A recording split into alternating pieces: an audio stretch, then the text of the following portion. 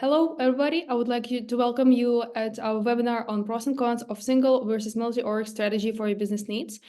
My name is Alexandra. I'll be your host for today, making sure everything stays on time. We are scheduled for about 45 minutes, and whenever you have questions, just feel free to leave them in the chat section below. And now, without any further ado, let me introduce our amazing speakers, Oleg and Nazar Makitin. The floor is yours. Thank you, Alexandra. Let me introduce Oleg. Oleg is Salesforce MVP. He's really passionate about Salesforce and what he's doing. He's 12 times certified, and he's also a community group leader, Salesforce community. He leads now Architect community, and he also is managing and maintaining YouTube and Slack channels for Ukraine.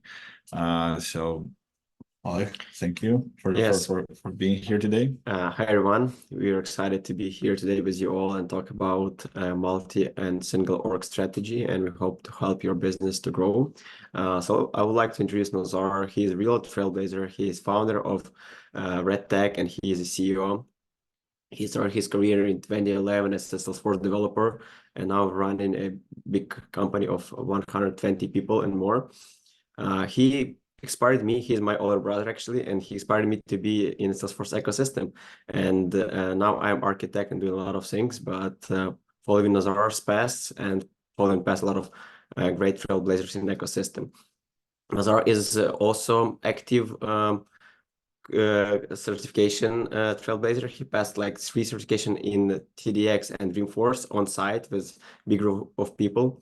And also Nazar is living in Chicago and active member of Chicago community at the moment. Thank you, Oleg. So today on our agenda, we have many topics, but the main one is to understand Salesforce org definition. So at least quite simple thing, but I hope something that you will learn today. Then we will move on with a definition of single and multi-org strategies to discuss how you're using pros and cons for each of them, how you can choose best fit for your business, choosing the right strategy, and some use cases, summarizing, and questions. And our session goal today is to basically make sure that you're equipped with the tools that will help you to build that strategy, to understand what strategies are out there and what types work for different businesses. So whenever you do it for your business or for other organizations, you can choose the right approach. It's as everything with Salesforce, it's not always everything straightforward, but we will try to equip you to make good decisions. Yes, and now I would like to start with main thing. So what is Salesforce org and why do we need this? So as your company start using Salesforce, you'll have your own instance of Salesforce. Its organization as distinct environment within Salesforce that will contain all your own set of data, all your specific configurations and different customizations. So this is the place where you use from day to day as your app. And now when we know what is org, we will proceed to what is org strategy is. But as you may know, there are like two strategies possible. So it's a single org or multi-org strategy. And it depends like what is your business and what is your business model. So that's why you can use one of those strategies to maximize your business value and also help your business to grow and meet your business goals. So today we will try to help you to understand which strategy applies better for your business. Now, when we know what strategies are there. First of all, I would like to start with single org strategy and what is this strategy about. So if you look in definition of single org strategy, it's about utilizing one single instance of Salesforce org. that will manage all your business units, different department processes. All your data will stay within this organization. And this approach is mostly operates with streamlines your administration. It helps you to unify your business processes. It will help you to have all your data reporting, all your data security in one instance and in one place, as you have all high standards of your processes. And now we'll go to talk about more multi-org. Yeah, so multi-org strategy, yeah, what it is and why you need it. So what can happen that depending on the growth of your organization or on like how you organically grow or how it can happen, you might need not just one Salesforce org, but multiple. It can be a bunch of different reasons. And we will actually talk more detailed in next slides about it. But it's really good to understand that there is not just one thing that you're stuck in one org, because sometimes you feel like, oh, okay, there could be better, different ways, different approaches, or something that slows down working in one org. Multi-org has a lot of things that will support on this side. And now we can actually look a little bit on pros and cons of each of them. So we will start with pros of single org. Yeah, so if you look on advantages of single org, I would definitely highlight the first one about standardized processes and governance. So this means that you have your unified processes that will follow specific straight steps. And it's much easier to achieve it in one org as you have your different entities or different businesses present in different territories, but you want all of them are following the same standard. So it's much easier to achieve this in a single org, and it's a great pros for it. Also, second one will be about centralized data. And unified report and analytics. So as you can understand, if you have everything in one place, one source of truth, it's much easier to achieve your better and unified reporting. So it's definitely a pros for single org. Third one is about consistent user experience. So if you want your users to work with same standards, so they have specific like, I don't know, training materials, they have from everyday work is following the same rules and steps, it will be definitely easier to keep it consistent. And also about collaboration. So if you really collaborate between all those units, between all different departments or different entities in different territories, it's definitely much easier to do it in one org because, as I said, all users, all data is in one instance, and it's much easier. And if you're thinking about any integrations, for example, you need to integrate with, I don't know, like Gmail or any other tools or ERP or whatever, you will have to do it only one because you have one Salesforce instance and it requires only one integration. But if you have multiple, you will have to take care of it a couple of times and also need to follow exact orchestration and steps for those integrations. So I would say saying this is advantage for single org, so it's easier to achieve.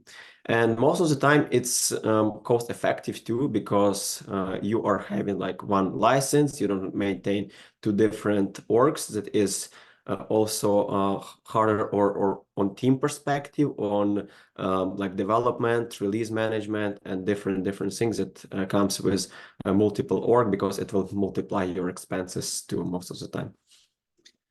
Thank you. And yeah, it seems that single org already is really a great choice. But what if your organization is like more robust and has really a lot of other things that you need to consider? So for example, like data segmentation and security.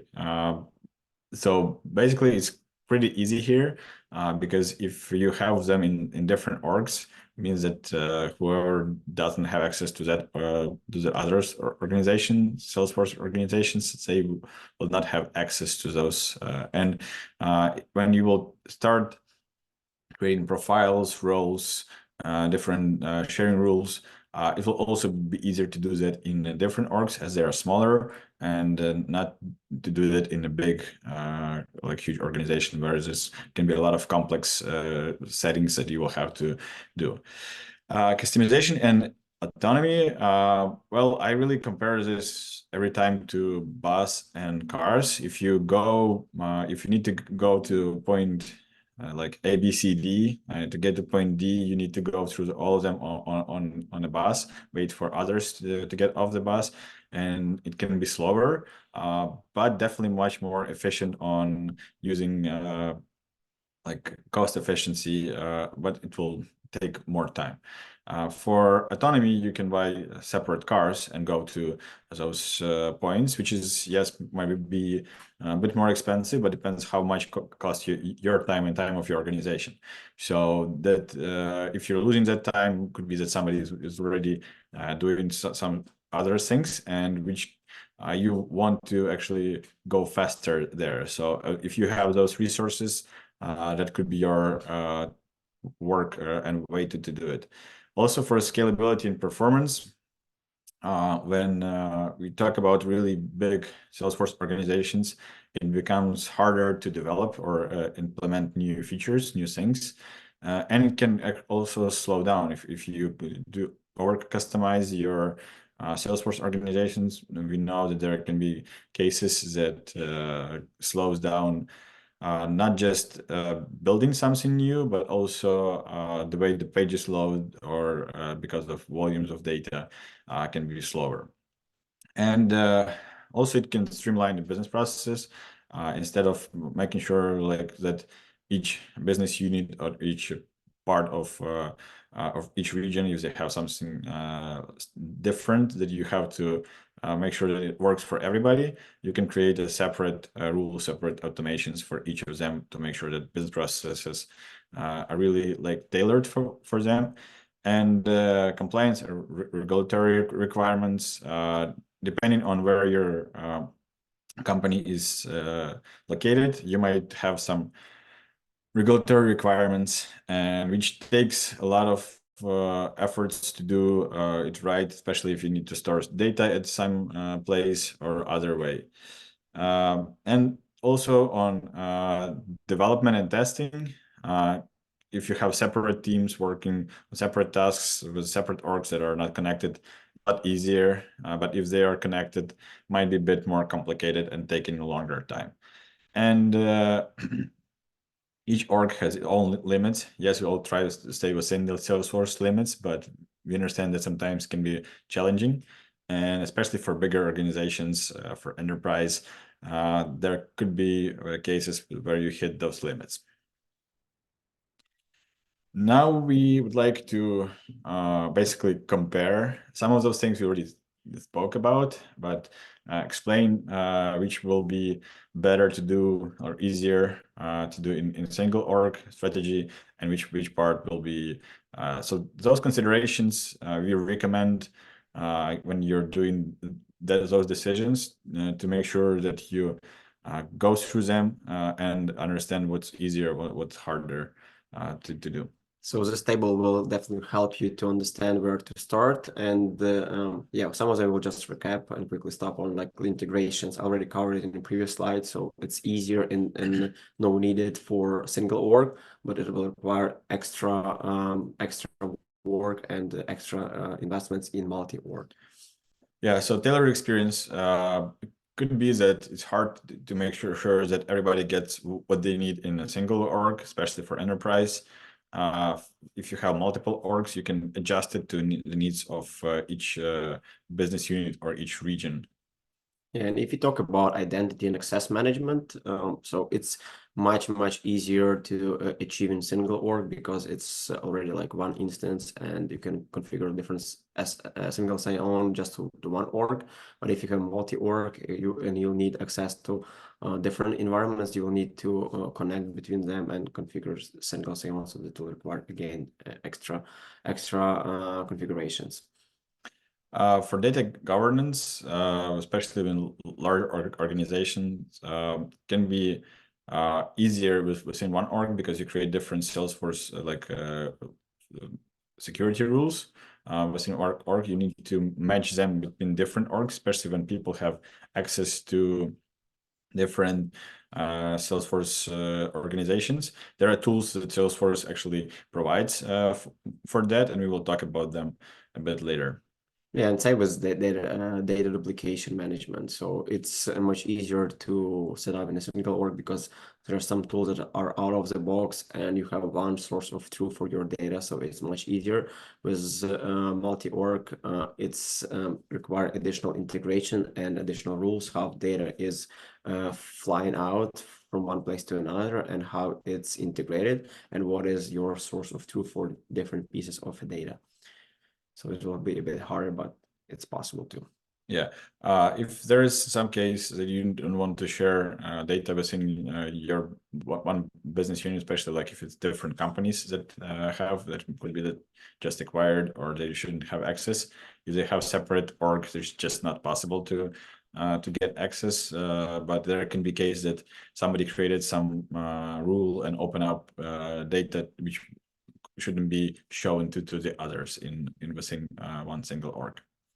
And if you talk about government limits, yeah, you can just understand it's very simple. You have more orgs, you have more limits. So in one org, you have just one capacity. If you have two orgs, you have two, and every next org will just grow your limits. So it's better for multi-org for sure. Release management, yeah, if you have large organization with multiple teams, for example, doing implementation and development at the same time, in one org can be difficult because you need to align all those processes, set up CI/CD systems and everything. But for for multi-org, if they work separately, basically each of them has their own process. Only difficulty, which is like not really discussed here for that, if you want to bring some functionality from one org to the other, can be a bit more complex. But here we talk more about the release management within one org. Yes, and another thing is about reporting. And if we are talking about enterprise level reporting, it's easier to do it in one org. As I mentioned before, your data just in one place, and it's easier to build different level of reports. For multi-orgs, it will require just additional integration. Most of the time, if you have a couple of multi-org, you will choose approach of having your master and or reported org on top. So you will just have all your data in that org, but it will require additional integration for that. And integration with third-party systems. So you basically do it one time with a single org.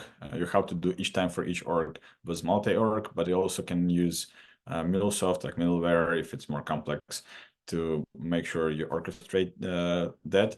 So it's more challenging and takes more time, but not as big of the issue. Yeah, and it's same about collaboration, as we already covered. Easier in single org, but it will require additional builds for multi-org to cover your team collaborations. Good. Let's move to the next part. So why actually even people get to this point of the single org? Yeah, so that can be really like an organic growth.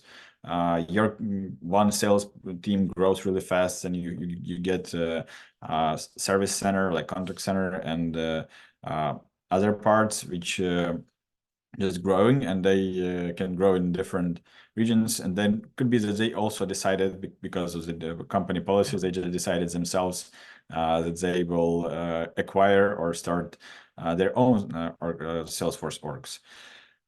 Then mergers and acquisitions. Quite often companies buy other companies, and they might already have additional already other org, and they don't want to spend money, or there is like not actual reason to be in one org. So then you will have to, you can end up being like, it could be they're like not even single owner, but they end up being within different orgs. And corporate strategy can be that you think that your business units should be autonomous, and then you decide that each of them has different business processes, so they should develop their own like IT systems, and usually it's even different Salesforce orgs. And especially if there are like regulatory compliances, for example, like GDPR and other things that have data constraints, that you need to make sure that you have like those walls and that it stays within those regions that data can be stored at. And can we even separate legal entities? This part where you have like this happens rarely, because usually you can use Experience Cloud for such things, but could be the cases that where you really get integrated with different partners and you're like have really strong connections. So then you can use different Salesforce orgs for that part. And now, if we talk about multi-org strategies, so there are also two strategies for multi-org interactions. So, for example, if you look on those two schemas of like on the left one, there is orgs and they have one org on top. So most of the time it's called in master or reporting orgs. And you can have different connections. So, for example, it can be that there's only one-way direction. So from like child orgs, you are reporting your data to main org, to master org, where you are just using it for all data aggregation and for reporting purposes. And also, if those child org need to exchange with the data between them, it can also have bidirectional feed of data, and then the data will go to parent reporting org, and then another instance will pull it from parent org. And this way, they can exchange some pieces of data that is needed. And if you look on a second example, it's already peer-to-peer data sharing model, and there's no main org. They are all equal, and they just collaborate in some way. So there can be not all data synchronized. You can only choose what pieces of data you need to move. And in that way, you can synchronize also collaboration and different cross-org reporting, so that will help your business just to exchange different data or all that is needed for your business. So as you see here, is most of the time it's based on the regions, but it can be also different your business units or different type of the business or just different departments as well. And now we will go to the next slide.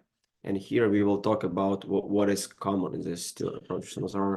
Yeah, so really crucial in this part, it's processes and data, and how you work within those organizations. And for data purposes, it's really important to use like such thing for like data flows and enrichments.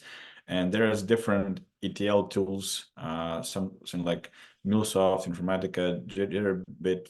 You can also use Salesforce to Salesforce for more, let's say, simpler ways to do it, but for simple cases. But there are a lot of good ETL tools that help working with the data from between different orgs. Also, data sharing, cross data sharing. There is actually very good tool for like Salesforce cross-org adapter called Salesforce Connect, which actually allows you to manipulate your access and profiles and have them like working across different orgs, which is really useful when you have multi-org strategy. And for conflict management, you need to have that policy in place that really like must have when you like which data is like which org is the main one and which org is more important, let's say, because if there is a conflict, then you can resolve it and use it from that standpoint, like which data overrides in case you have it, because there can be those cases and when somebody creates the same time or overrides the same profile, and you need to choose have the policy for it. And complex field mapping, for example, like canonical addresses, there are different ways to use in different regions, different countries. but also can be different other fields. You need to make sure that you have that described and everybody understands how to use it. Most of this part can be handled with a data cloud as well, which is really, we're investing a lot in our organization as RedTech to use such tools. Because this is like what Salesforce is bringing as a data warehouse, which is really smart data warehouse for Salesforce. And for change management and deployment, you can use such tools as a gear set, Copilot, Prover, which will allow you to, when you do it within one org, it's, as I said, it could be like simpler, but we always say that you need tools to have like version control. But in case you have different orgs, you might want to copy metadata and data to copy functionality or part of it. So it will be a lot easier when you have such tools.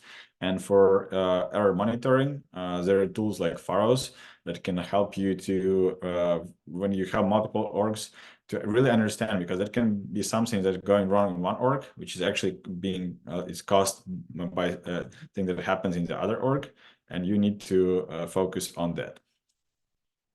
Now let's go to the next slide. It's the most interesting part for me, and I like it's the most because it's use cases and it's more explanation of what is business, like what a business model can apply to which strategy.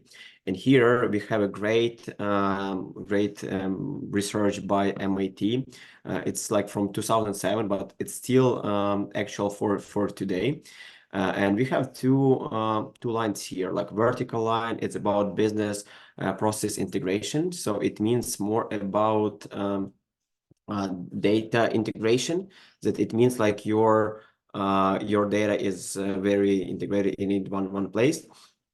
And horizontal line is about your processes standardization. So it means like you need to your business need to follow exact same process and steps. And we will start with one quadrant with high in both vertical and horizontal line. It's unification quadrant. So this actually stands the name for it. So it means that your business is very unified. So it has single business, like with the global processes standards and your global data access. It means you need both your data and you need to be very standard on your processes. So there are some companies, with example, like Delta Airlines, also Pepsi Americas. So they mean that they do their business very in the same way in different territories. It doesn't matter, they follow exact same path. And this means that single org will be a great choice for this use case.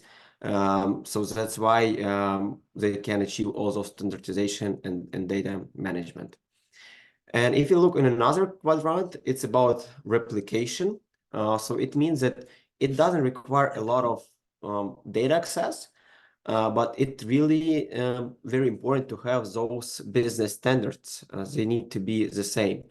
So it's also very easy to achieve with single org, because you will have all your processes very exact and very in the same way in the single org, but your data is still in one org, but you can really control your data visibility with different tools like sharing rules, hierarchies, and other restricted rules, just to control data visibility. But then your standards will be the same. And there are some examples here of companies like Marriott, CMEX, and other. So for this one, single org is also a great fit. And now we will talk more about a few other quadrants. Yeah, I'll start with coordination. So if you look on, it has high like business process or integration, which means like data should be all same everywhere. But at the same time, they have really low business process standardization. So they can have different approaches depending on region or where they work, or depending on their type of work that they're providing. It could be different business units within one organization. And in such case, they need to have standard, like have good data, so they need to have really well integration depending on the data that is required for their use. So you will need to make sure that integration and data policies are well established. But on the other hand, you need to have flexibility to work to create different business process. You can see such companies like Toyota, Modern Marketing Europe, MetLife, as from insurance standpoint, where they work, they have different requirements in different regions, but they still have same customers. So it means that you need to make sure that all the data flows back and forth, but then you use the flexibility of separate orgs. And diversification is really more when you don't really use the same data and you don't have the same processes. It could be really if one company owns different businesses, or it can be like huge organizations that have different business units within the company that are have totally different processes, different data, that even different customers, or different people working in them, just one owners, or they just collaborate. Can be even when it's within the smaller companies, when you have just part of your data that is crucial for reporting. In this case, it's definitely better to use such strategy as a multi-org strategy, because it will be over complicated within one org, and also you will be rebuilding and slowing down each other. Okay, so now when we covered use cases, I would like to tell you about cheat sheet, because we prepared some questions for you that we will not go through them because we already covered most of it. But as you see, they just put in the blocks, so you will be able to use those questions where you need to start thinking about strategy, and it will be a help just to understand where to go, what to ask different stakeholders and yourself. So we will send this deck, and you can look at them after this. And now it's a summary about all those we discussed.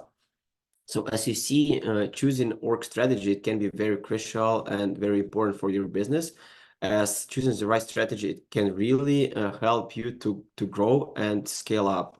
In some moments, it's easier to go with single org, and in some ways, it's easier with multi-org. You just need to be equipped with the tools and understanding which approach is better for your business.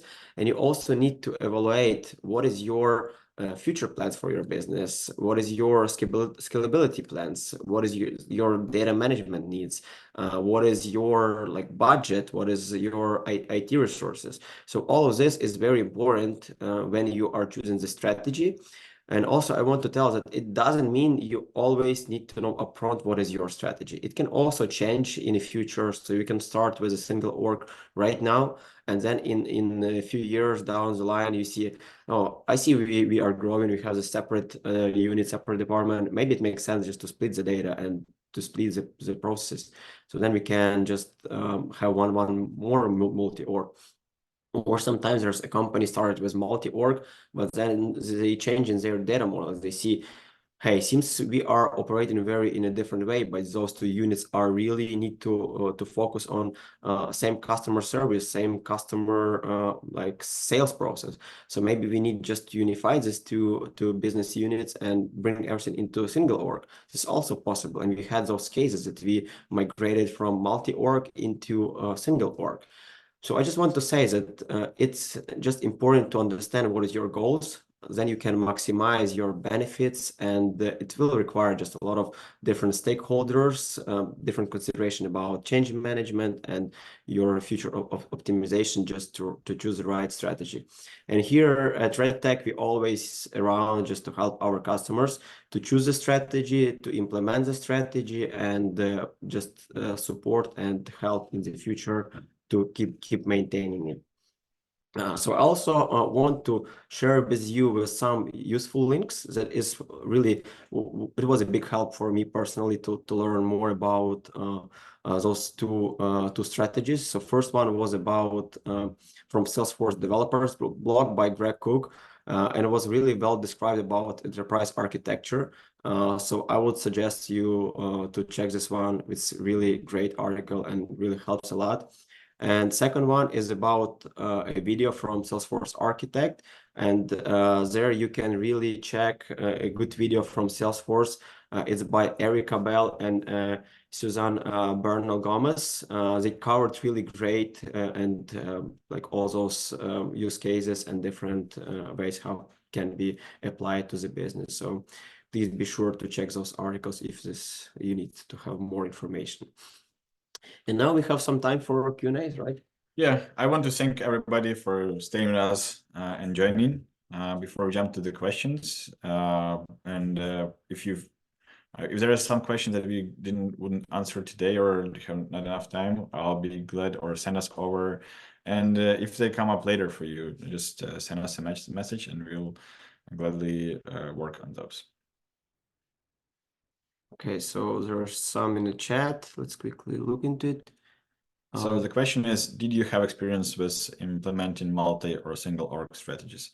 We definitely have a lot of single orgs, but Oleg, you probably can tell more about your. Yeah, so I think we had couple customers that we've been working with multi-org, and me personally, I was working as a developer a couple of years ago. Now I'm doing more architecture roles, but I was working in a company called Lisplan in Europe. So we did migration actually from multi-org to single org because they had this territory management and different country had their own org. But then they came to the point that I mentioned because they wanted to unify those standards and just to serve their customers in a same standard, in the same way. It was hard to achieve in different multi-orgs. So they wanted to migrate everything to one single org. And it was a big roadmap to achieve this. But it helps them to unify standards, unify data, and keep everything in one place. Still, with a single org, you can bring some customizations for different business units, or in their case, it was countries, to keep it more customized. But it will just require more development, and also, as Nazar said, it will like bring more release management and other things that will make things harder. But it depends on what is your future and scalability plan. Hope this answers the question. We can pull a few more other examples for sure, because I know our team was working on different use cases too. Okay. Okay, great. Yeah, well, there are definitely a lot of things to consider before you choose. And yes, you can change it in the future, but please make sure that, because anyway, each change will require a lot, or maybe not a lot, but some investment at least in change and development, and also like change management within your company. So making and choosing the right strategy from the beginning makes it easier and better to continue. So make sure that you do that. And again, if there are any help needed, please let us know. And I guess there's like no more questions. Yeah, if there's questions, feel free to reach out later on as well. We'll be happy to assist if there's any help needed.